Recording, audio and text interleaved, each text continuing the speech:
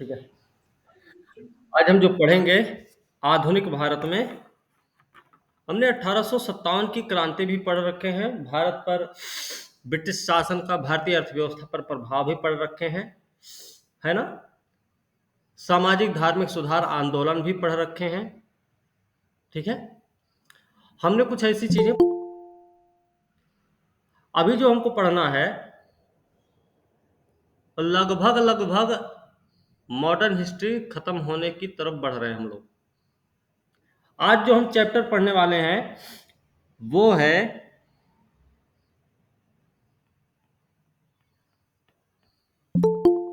भारतीय राज्यों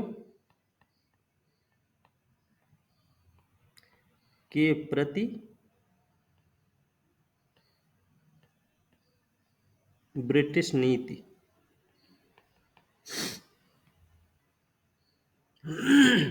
है ना। भारतीय राज्यों के प्रति जो ब्रिटिश नीति है वो कैसी रही है। आपने कहीं सुना होगा एक घेरे की नीति, पॉलिसी ऑफ रिंग फेंस, जिसका कार्यकाल है प्लासी के युद्ध से लेकर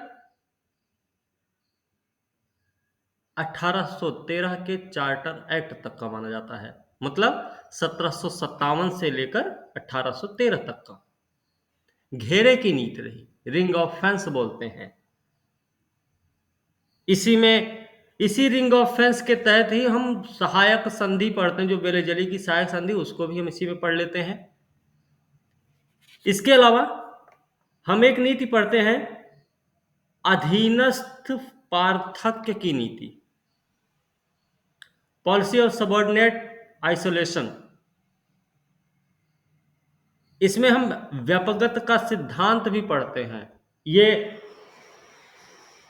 समय 1813 से लेकर 1858 तक का है। ठीक है। ये दूसरी नीति है जो भारतीय राज्यों के प्रति ब्रिटिश की नीति है, उसमें से ये दूसरी नीति है। पहली नीति के अंतर्गत जो घेरे की नीति है उसमें हमने सहायक संधि को पढ़ा। दूसरी नीति जो पार्थक्य की नीति है उसमें हमने व्यापकता के सिद्धांत को पढ़ा। ये 1813 से 1858 के बीच का रहेगा। और तीसरा जो है वो अधीनस्थ संघ की नीति होगी, पॉलिसी ऑफ सबऑर्डिनेट यूनियन की नीति होगी। ये चलेगी 1858 से लेकर 1935 तक, 1858 से लेकर 1935 तक चलेगी। ओके। इन तीनों नीतियों पे अलग अलग तरीके से बात की जाएगी। इन तीनों नीतियों का भारतीय राज्य क्षेत्रों पर क्या प्रभाव रहा है, जो राज्य रहे हैं, जो रियासतें रही हैं, या जमींदार रहे हैं, या साहूकार रहे हैं, तालुकेदार रहे हैं, या हवलदार रहे हैं, या फिर जोतदार रहे हैं, जो लोग भी रहे हैं उन पर इसका क्या प्रभाव पड़ा, वो सारी चीजें हम इसी में देख लेंगे। ओके। सबसे पहले हम शुरू करेंगे, लेकिन आपको एक चीज बता दें, इसी में पढ़ते समय हम इस बात का भी ध्यान रखेंगे कि भाई पीटी के हिसाब से कैसा प्रश्न पूछा जाता है या पूछा जा सकता है, या फिर कैसा प्रश्न पूछा गया है। दूसरी चीज ये भी ध्यान रखेंगे कि मेंस में किस हिसाब से प्रश्न पूछे गए हैं और किस हिसाब से प्रश्न पूछे जा सकते हैं। आपको कौन सा तरीका अपनाना चाहिए, कौन सा रवैया अपनाना चाहिए, कि ताकि आपको ये जो एरे की नीति थी, कि घेरे की नीति थी, कि सार्थक की नीति थी, या पार्थक्य की नीति थी, या कोई अधीनस्थ संघ वाली नीति थी, या कुछ और वाली नीति थी, जो भी नीति रही हो, उनको हम कितने हिसाब से लिख सकते हैं, कितने हिसाब से समझ सकते हैं। मतलब लिखने का मतलब है आप जितने हिसाब से भी लिख पाएंगे उतने हिसाब से, जाहिर सी बात है, आप समझेंगे भी उसे। कोई भी अंग्रेजों की नीति भारत में अगर है तो उसको समझने का सबसे आसान तरीका होता है कि सबसे पहले उसकी हमें पृष्ठभूमि पता होनी चाहिए। ठीक है ना। उसकी हमें पृष्ठभूमि पता होनी चाहिए। पृष्ठभूमि जब तक आपको नहीं पता रहेगी तब तक आपको समझ में नहीं आएगा कि जैसे हम बोलते हैं परिभाषा क्यों याद करनी चाहिए, परिभाषा क्यों ही होनी चाहिए, परिभाषा का मतलब क्या है, आपके लिए परिभाषा का महत्व क्या है। तो परिभाषा का महत्व आपके लिए इतना है कि आप किसी चीज की परिभाषा जानने के साथ ही आप ये समझ सकते हैं कि उस वस्तु, उस सामान, उस चीज की वैल्यू क्या होगी, उस चीज का यूज क्या होगा, वगैरह वगैरह। ठीक है, इतना ध्यान रखो। ठीक भाई, इतना सब कुछ हम करेंगे।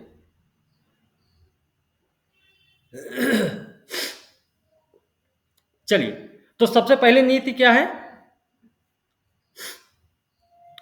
पहले तो हम भारतीय राज्यों के प्रति ब्रिटिश की नीति देख रहे हैं, तो सबसे पहले हमको पता होना चाहिए, ये हमारा सेट नहीं हो पाता है, पृष्ठभूमि।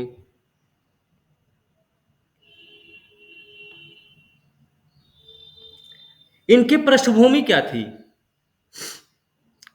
कई बार हम कंफ्यूज भी होते हैं पृष्ठभूमि और इतिहास में या भूमिका में। इनकी पृष्ठभूमि क्या रही है।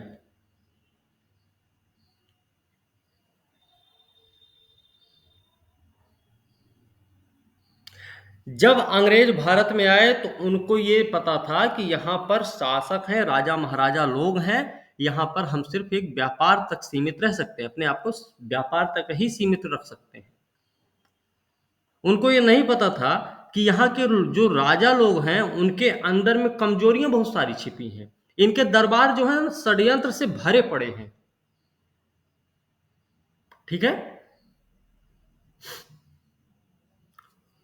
तो पृष्ठभूमि में क्या है।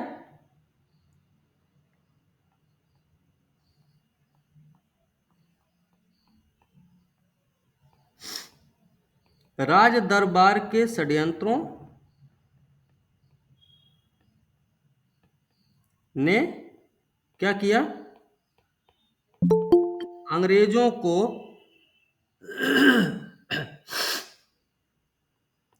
साम्राज्य विस्तार के लिए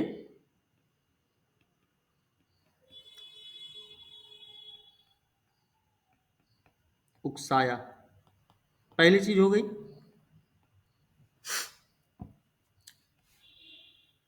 दूसरा क्या,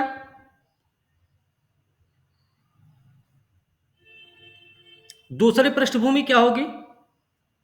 हमने अभी तक क्या देखा कि 1757 से लेकर 1813 तक, 1757 से ही राज्यों के प्रति इनकी नीतियां शुरू हो जाती हैं। उनमें 1757 को हम क्यों एक ड्यू डेट मान रहे हैं या ड्यू ईयर हम मान रहे हैं, अंतिम वर्ष क्यों मान रहे हैं 1757 को, क्योंकि 1757 में एक ऐसी घटना घटी जिसने बंगाल पर अंग्रेजों को अधिकार करने के लिए विवश कर दिया, शासन चलाने के लिए विवश कर दिया, मजबूर भी कर दिया कि भाई तुम शासन चलाओ। ये तो पहला पृष्ठभूमि का पहला पॉइंट। दूसरा पॉइंट क्या हो जाएगा, प्लासी युद्ध के बाद जब इनको बंगाल पर अधिकार मिल गया तो क्या हुआ अंग्रेजों के मन में,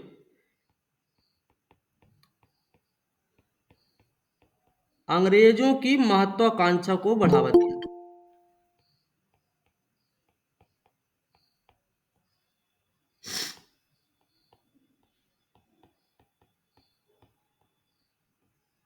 दिख रहा है ना, कॉपी पेन लेकर बैठे हैं तो आप लोग नोट डाउन करते रहिए। ठीक है।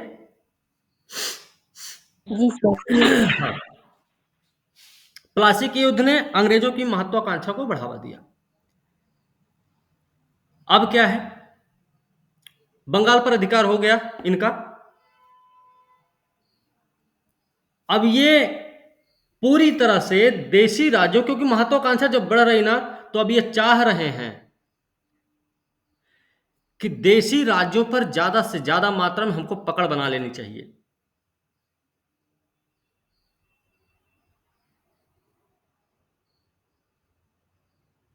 उसके लिए क्या करना होगा, उसके लिए रियासतों से लड़ाई भी करनी पड़ सकती है, समझौता भी करना पड़ सकता है। तो जहां तक कोशिश की जाए लड़ाई ना करके, आंतरिक मामलों में देखा जाए षड्यंत्र तो कर ही रहे हैं, आपस में ही लड़ भिड़ रहे हैं, हम भी उसी में थोड़ी मदद कर देंगे किसी दूसरे वाले की।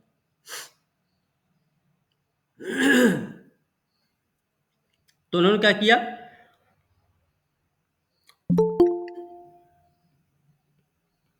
राजनीतिक आर्थिक हितों की पूर्ति के लिए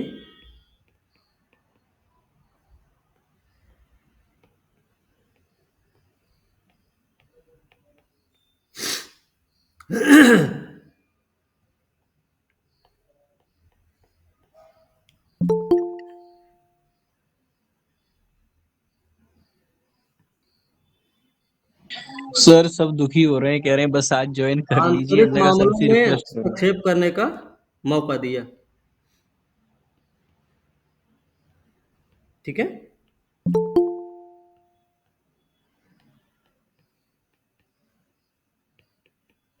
ओके, ठीक भाई, यही इतना नहीं है। हाँ सपना कुछ पूछ रहे हो? नहीं सर, कुछ नहीं। चलिए ठीक है, अब क्या हुआ, ये तो इन्होंने कर लिए, इनकी पृष्ठभूमि पृष्ठभूमि के रूप में था। एक सबसे बड़ा कारण है, आपको पता भी होना चाहिए, ये वो दौर है जब ब्रिटेन में औद्योगिक क्रांति की मशाल जल चुकी थी धीरे धीरे। ये वही दौर है, इसी दौर में ऐसे हो रहा है, तभी ना इन्होंने ऐसा किया। 19वीं शताब्दी के शुरुआत वाला लगभग का ईयर है जब ब्रिटेन में औद्योगिक क्रांति की शुरुआत हो चुकी थी। उसके लिए उनको एक मार्केट चाहिए थे, एक बाजार, एक तैयार बाजार ऐसा चाहिए था कि जहां पर उनके मशीन से तैयार सारे के सारे माल की खपत हो सके। उनके मशीनीकरण के मशीनीकरण को, उनके मशीनों के लिए कच्चे माल की आपूर्ति करना चाहते थे। उसके लिए उनको एक क्षेत्र की जरूरत थी जहां पर सिर्फ खेती करवाई जा सके। उसके लिए भी उनको एक क्षेत्र की जरूरत थी, उसकी आपूर्ति, कच्चे माल की आपूर्ति करवानी थी।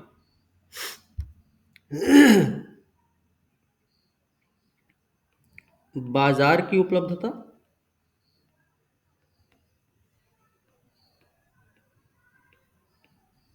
ओके,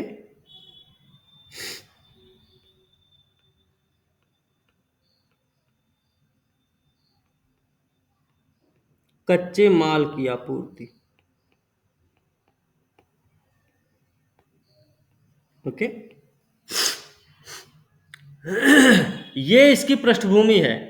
जो इनकी नीतियां रही हैं राज्यों के प्रति, उसके पीछे के प्रमुख तत्व हैं ये।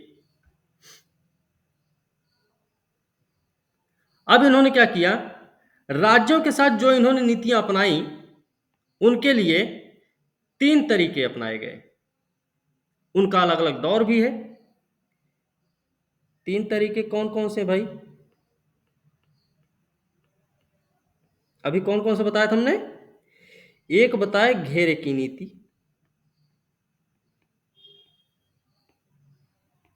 घेरे की नीति,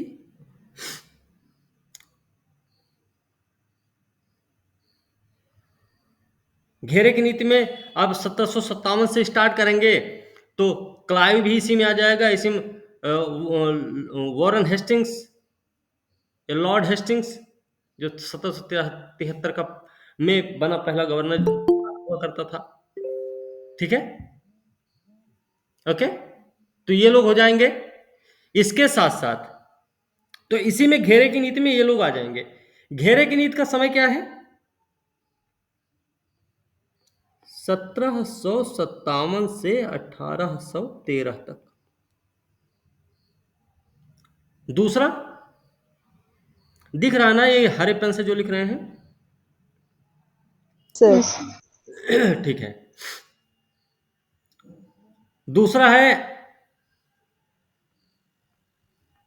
अधीनस्थ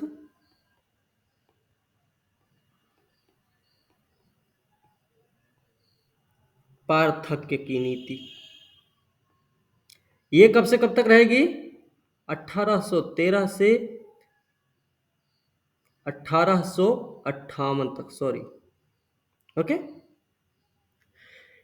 घेरे की नीति में हम बेलेजली की सहायक संधि को पढ़ेंगे खास करके। एक चीज और याद रखना, इस घेरे की नीति में 1757 से इसकी स्टार्टिंग तो हो रही है, लेकिन हकीकत में देखा जाए इसकी शुरुआत होती है 1765 से। कब? बक्सर युद्ध के बाद इलाहाबाद की जब संधि हो रही है, तब से इसकी शुरुआत हो रही है। ठीक है, क्लाइव है इस समय भी उपस्थित है यहां पे। तीसरा क्या है?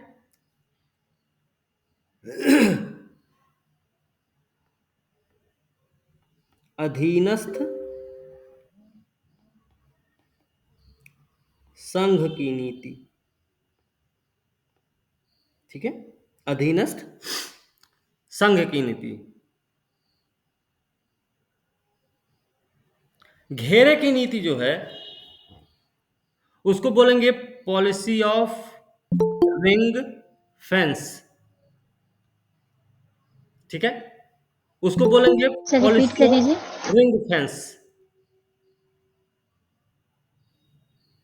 Policy of ring fence sir ये बोलेंगे। अधीनस्थ पार हाँ, सर हाँ बोलो ना। सर ये अधीनस्थ का आगे क्या लिखा है? पार्थव्य क्या है ये? पार्थक्य, अधीनस्थ पार्थक्य या फिर अधीनस्थ पृथक्करण।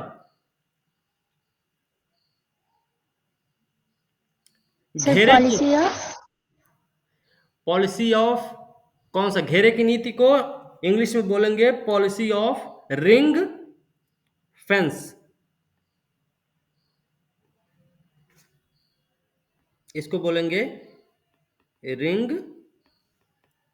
फेंस। इसको क्या बोलेंगे? इसको बोलेंगे पॉलिसी ऑफ सबऑर्डिनेट, सॉरी भाई, सबऑर्डिनेट आइसोलेशन। आइसोलेशन, इसको क्या बोलेंगे? पॉलिसी ऑफ सबऑर्डिनेट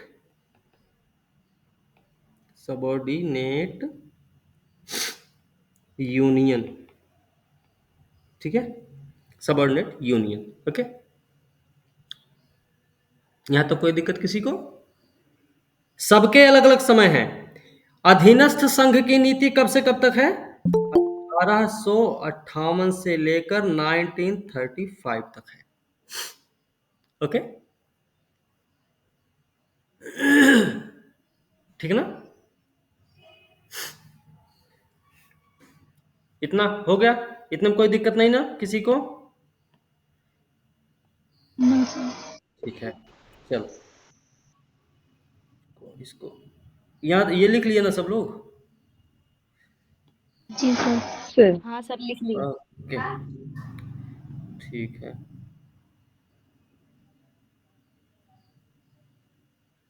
ठीक है,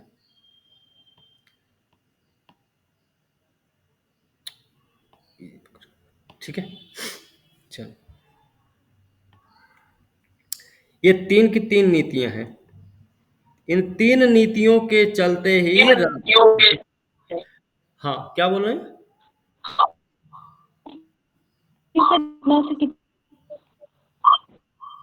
आवाज नहीं आ रही है।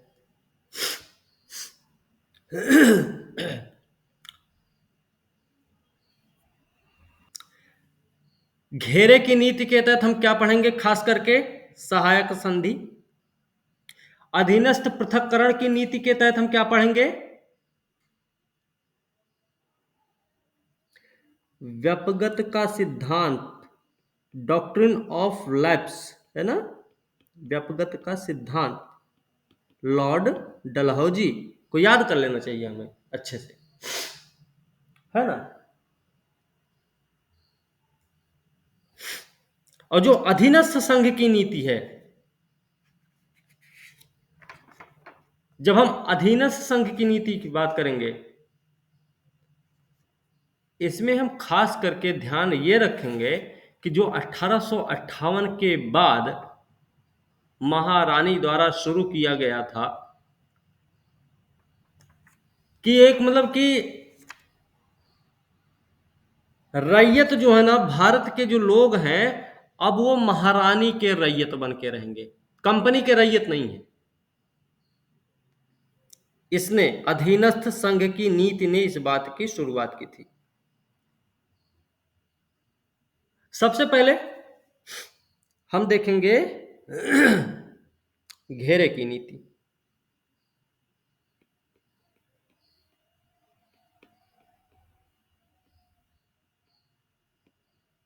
घेरे की नीति 1757 से 1813 तक, और खास करके 1765 से 1813 तक है ये। बक्सर युद्ध के बाद या फिर इलाहाबाद की संधि के बाद से शुरुआत हो रही इसकी।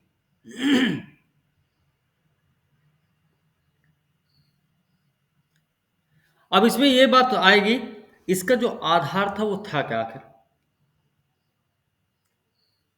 मान लीजिए अगर देखा जाए तो घेरे की नीति 1757 से 1813 के बीच में चल ही रही है। इसमें इस नीति का प्रमुख आधार जो था कंपनी का, वो क्या था? अहस्तक्षेप और सीमित उत्तरदायित्व।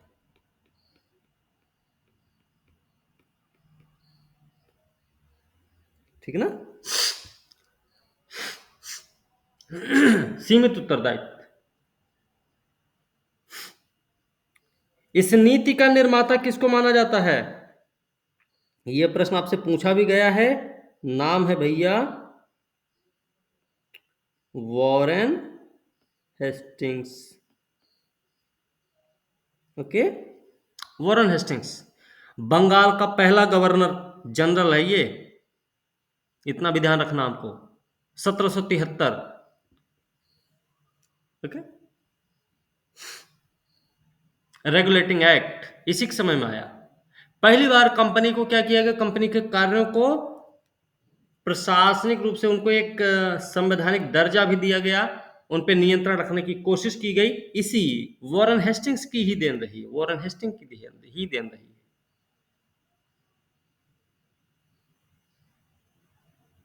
इसमें ऐसा नहीं था कि इस घेरे की नीति के तहत ये काम नहीं किया इन्होंने कि लड़ाई करके मारपीट करके अपना क्षेत्र इन्होंने बढ़ाया। नहीं, इन्होंने क्या काम किया, इन्होंने भी रियासतों से संबंध बढ़ाए।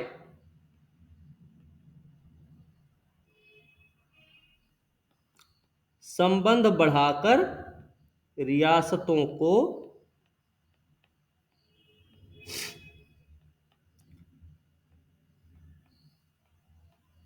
बफर क्षेत्र के रूप में विकसित किया।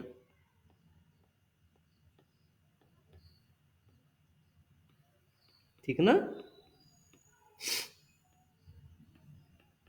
लिख लो।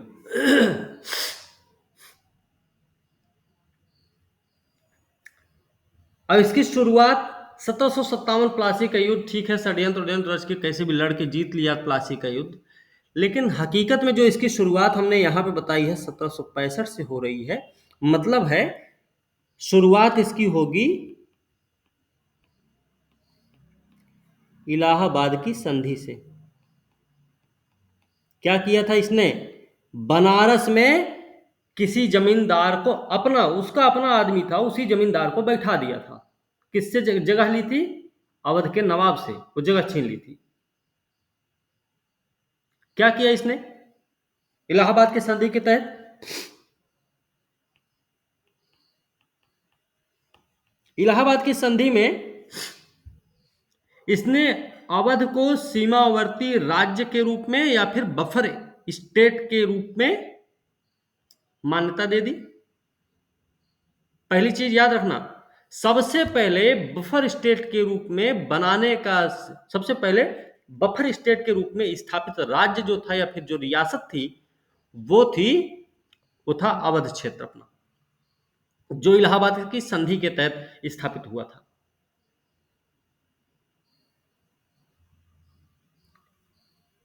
इस नीति में ऐसा नहीं था कि इन्होंने सिर्फ सोचा कि हम बफर स्टेट के रूप में स्थापित करके अपना मस्त रहेंगे, मौज मस्ती करते रहेंगे। उन्होंने सबसे पहले अपने सुरक्षा का मामला देखा कि हम कितने सुरक्षित हो सकते हैं इसके साथ, अगर हमने ये संबंध बनाए हैं तो हम कितने सुरक्षित हैं।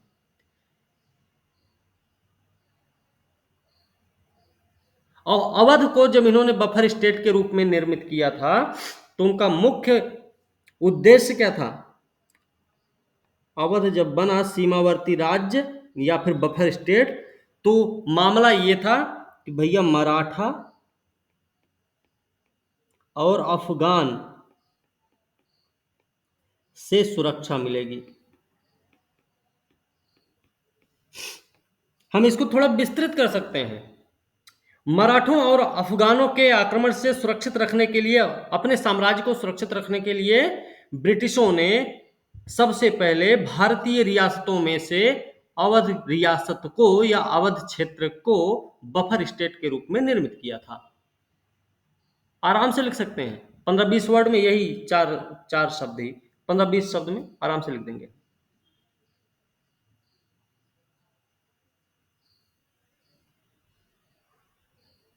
ठीक है। इस घेरे की नीति की एक विशेषता थी, और सबसे बड़ी विशेषता ये थी कि यह बराबरी पर आधारित था। जो संबंध थे ना, संबंध जो थे वो बराबरी पर आधारित थे।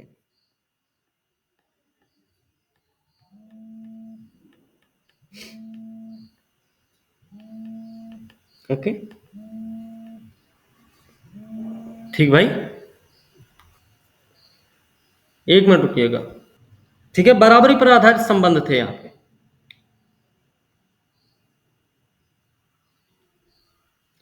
मतलब ये बराबरी का संबंध का मतलब ये है, इन्होंने जिस रियासत के साथ समझौता किया उसमें इन्होंने ये अपने आप को कभी नहीं बताने की कोशिश की कि हम आपसे ज्यादा शक्तिशाली हैं। कभी भी ऐसा नहीं किया इन्होंने, अपने आप को शक्तिशाली नहीं बताया किसी भी रियासत के मामले में।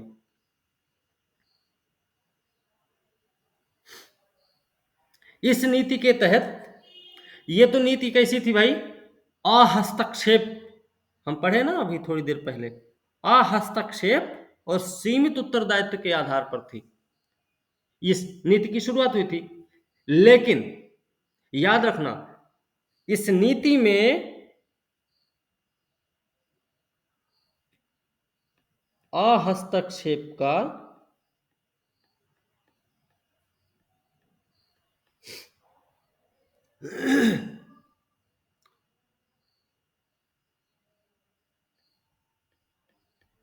पूरी तरह पालन नहीं हुआ।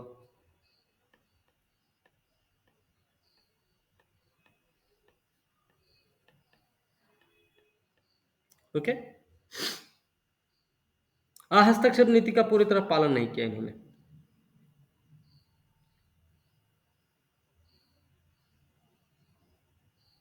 करते क्या थे ये? हस्तक्षेप कैसे कर रहे थे? देखो, ये डायरेक्ट तौर पे हस्तक्षेप भी नहीं करते थे, क्योंकि 73 का रेगुलेटिंग एक्ट आया हुआ है। अब कंपनी को रेगुलेट करने का दायित्व दे दिया गया है कोर्ट ऑफ डायरेक्टर्स पे, court of directors, court of control पर दे दिया गया है। सीधी सी बात है,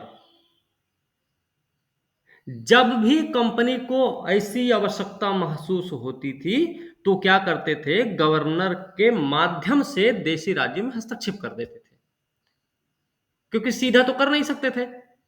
सीधे करते तो ब्रिटिश संसद में भी बहस होती कि ऐसा क्यों हो रहा है, क्योंकि गवर्नर जो बैठा हुआ है वो ब्रिटिश संसद से ही आया हुआ व्यक्ति है। तो ब्रिटिश ये गवर्नर के माध्यम से करवाते थे हस्तक्षेप। ये बात याद रखना, ये लिखेंगे नहीं नोट्स में, लेकिन आपको पता होना चाहिए। सीधा हस्तक्षेप नहीं किया इन्होंने, प्रत्यक्ष हस्तक्षेप का कोई सिस्टम नहीं अपनाया। इन्होंने क्या किया? अप्रत्यक्ष रूप से हस्तक्षेप का नियम अपनाया था। ठीक है, इसी में लॉर्ड वेलेजली की सहायक संधि भी आती है। सहायक संधि क्या है?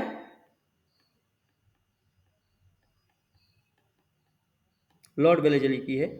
ये जो सहायक संधि है ना, ये घेरे की नीति को विस्तार प्रदान किया, घेरे की नीति को विस्तृत किया इसने। अब सहायक संधि की शुरुआत अगर हुई है तो एक बात ये ध्यान रखना चाहिए, इस समय सुरक्षात्मक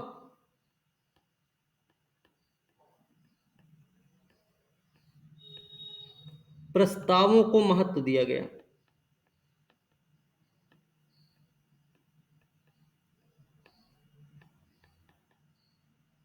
सॉरी, ठीक है ना, महत्व दिया गया।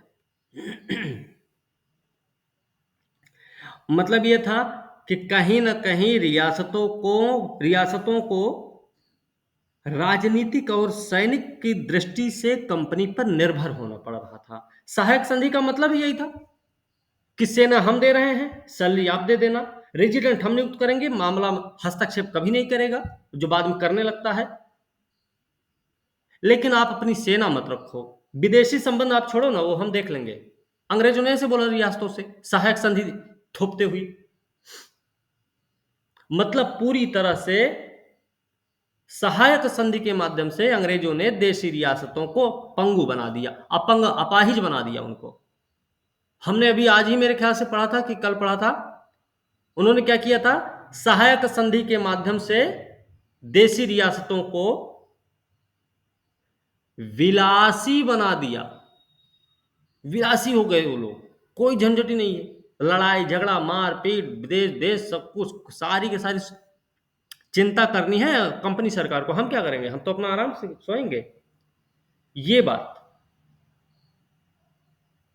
इस वजह से रियासतें जो हो गई विलासी हो गई। लेकिन जो इनकी नीति रही है ना, सहायक संधि की जो नीति रही है, क्योंकि वो एक दूसरे के साथ कर रहे हैं, सबके साथ ही सहायक संधि कर रहे हैं, तो सबको ये सुरक्षा का दायित्व, सबका सुरक्षा का दायित्व ले रहे हैं एक दूसरे के खिलाफ। कहीं ना कहीं दोगलेपंथी वाली नीति थी इनकी ये। इनकी इस नीति में पूरी तरह से ये आप दोगलापन देख सकते हैं, सीधा बोल सकते हैं, कोई दिक्कत नहीं है। उस राज्य से भी बोला हम तुम्हारा सुरक्षा देंगे, तुमको सुरक्षा देंगे, और उस राज्य से भी बोला तुमको भी सुरक्षा देंगे। दोनों आपस में ही लड़ाई कर लिए, तब किसको सुरक्षा देंगे? एक को सुरक्षा दे देंगे, दूसरे से मुआवजा वसूल लेंगे, क्या दिक्कत है उनको? कौन सा उनके पापा की जेब से पैसा आ रहा था, है ना? ये नीति थी इनकी।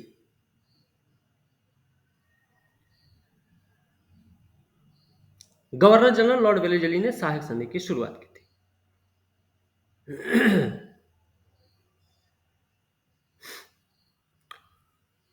यही है, वेलेजली ही था जिसने बोला, मतलब ऐसा कहा भाई कि भाई ये हस्तक्षेप की नीति का मतलब क्या है, क्यों नहीं किया जाए, करना चाहिए, साम्राज्य बढ़ाना है कि नहीं बढ़ाना है।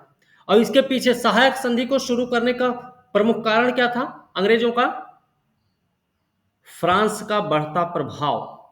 फ्रांस के बढ़ते प्रभाव को कम करना चाहते थे, फ्रांस को भारत से दूर रखना चाहते थे, नेपोलियन बोनापार्ट को खास करके, क्योंकि उसका प्रभाव ही लगातार बढ़ रहा था, पूरे यूरोप के नाक में दम कर रखा था उस व्यक्ति ने अकेले ही, है ना? और कहीं ना कहीं सहायक संधि को शुरू करने के लिए इस व्यवस्था ने भी अपनी जिम्मेदारी निभाई कि देश में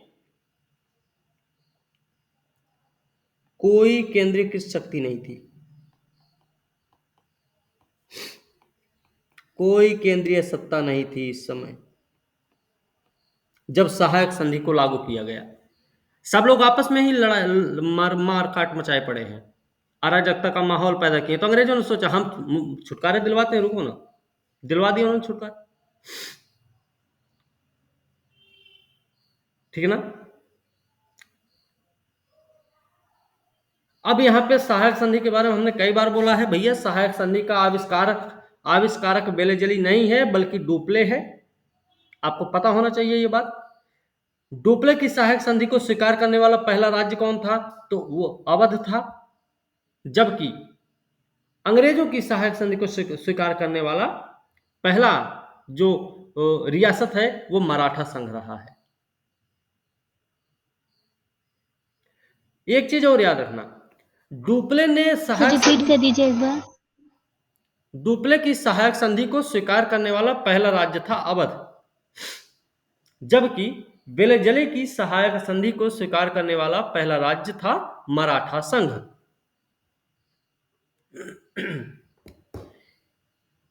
एक चीज और याद रखना अपने को, डुप्ले भले ही खोज करता रहा हो सहायक संधि का, भले ही उसने बोल दिया कि हम सहायक संधि स्वीकार कर रहे हैं, वो स्टार्ट कर रहे हैं, लेकिन सहायक संधि का व्यापक प्रयोग करने वाला जो व्यक्ति था वो था लॉर्ड वेलेजली। ये भी याद रखना, फैक्ट है। सहायक संधि की मुख्य बात के रूप में पहली बात तो ये आपको ध्यान ही रखना कि केंद्रीय सत्ता नहीं थी कोई, वेलेजली ने शुरू किया था। इसमें क्या हुआ, जिस रियासत के साथ सहायक संधि की गई थी उसमें क्या किया गया भाई, उसमें सुरक्षा और सहायता के लिए अंग्रेजी फौज नियुक्त की गई। पहली चीज याद रखना। एक मिनट रुको,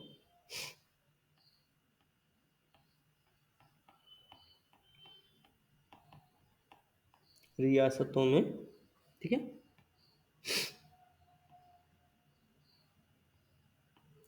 फौज रखी गई सुरक्षा के लिए, है ना, और सहायता के लिए। किसके खर्चे पर? रियासत के खर्च पर, अपनी जेब से पैसा नहीं दे रहा था। फायदा क्या होगा,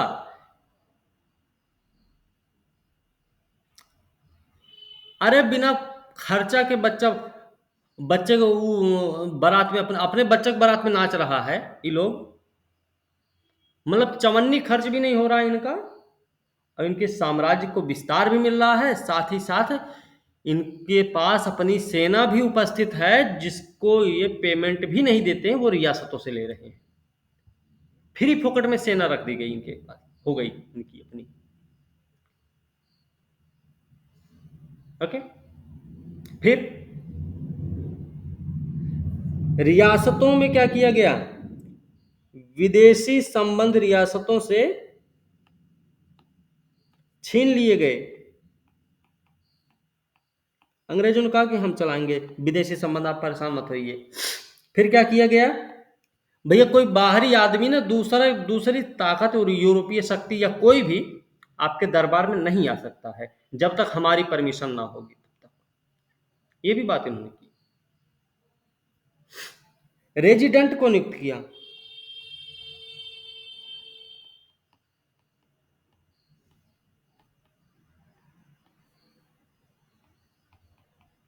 रेजिडेंट नियुक्त कर दिया, ठीक है। लेकिन ये रेजिडेंटशिप में मामले में कहा गया ये आंतरिक हस्तक्षेप नहीं करेंगे भैया, लेकिन क्या हुआ, इन्होंने हस्तक्षेप बाद में करना शुरू कर दिया था, ध्यान रखना है। साथ में क्या दिया गया रियासतों को, बोला गया भाई हम आंतरिक और बाह्य आक्रमण से सुरक्षा करेंगे आपकी। अंग्रेजों ने कहा,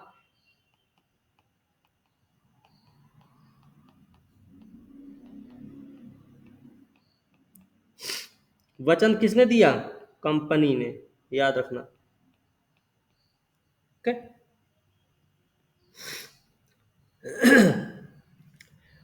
मतलब सारा का सारा लुटाई कर रहा है इसका और दारों में दार ले रहा खुद। देखा हमने किया ना, ये काम हो गया, बात खत्म।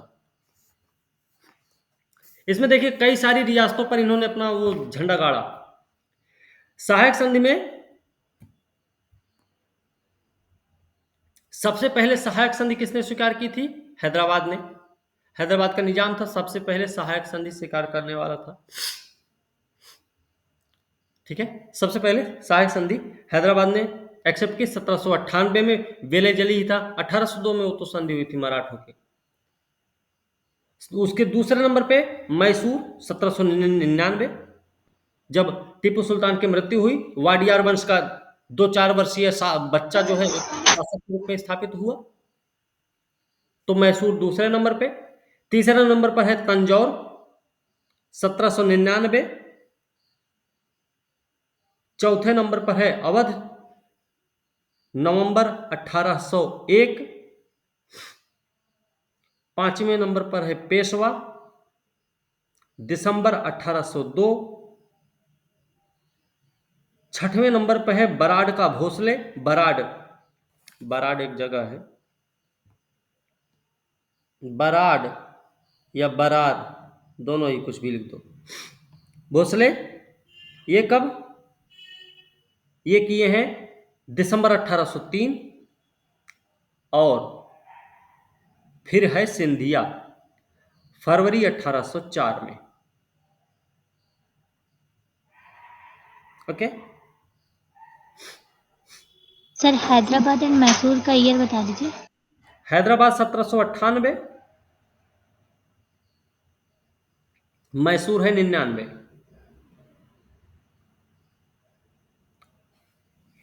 इस सहायक संधि का परिणाम यह हुआ कि सुरक्षित और स्वतंत्र देशी रियासतों की आंतरिक, हाँ सर तंजौर ना है 1799, क्या, तंजौर की संधि शुरू हुई थी। हाँ सर बेजली का संधि का तंजौर में भी 1799 में ही क्या था। होता है? बेलेजली ने 1798 में आया था, 1798 में शुरू किया था। ठीक है। अरे भाई, परिणाम क्या निकलेगा, सुरक्षित और देशी जो रियासतें हुआ करती थी, सुरक्षित और स्वतंत्र जो देशी रियासतें हुआ करती थी कभी, अब वो पूरी तरह से ब्रिटिशों के अधीन हो गई, पूरी तरह से। धीरे धीरे इन इन रियासतों ने क्या किया, अपनी पहचान को खोते चले गए। ये सारी रियासतें हमने कल ही पढ़ा था, अभी मॉडर्न हिस्ट्री में क्या प्रभाव हुआ रियासतों पर, क्या लाभ रहा इसका अंग्रेजों को। ठीक ना। अब जो अगली क्लास होगी उसमें हम पढ़ेंगे अधीनस्थ पार्थक्य की नीति, पृथक्करण की नीति। ठीक है। लेकिन ध्यान ये रखना आप लोग कि जितना अभी पढ़े हैं ना उतना आप लोग याद रखना। ठीक है, याद रखेंगे ना। Yes sir. फिर इसका स्क्रीनशॉट दे दीजिएगा। इनसे संबंधित कल हम जब क्लास करेंगे तो शुरुआत का 5 मिनट हम कम से कम 10 मिनट लेंगे क्वेश्चन पे, उसके बाद हम बात करेंगे फिर चैप्टर की। ठीक है। और कल से यही नियम रहेगा कि 5 मिनट पहले ही क्लास बंद करके हम आप लोगों का स्टार्ट कर देंगे क्वेश्चन आंसर फॉर्मेट भी। ठीक है, ऐसे सर फॉर्मेट। कल आपने क्वेश्चन दिया। ठीक है, फिर ये रहेगा आप लोगों का। अभी सर की क्लास स्टार्ट होगी।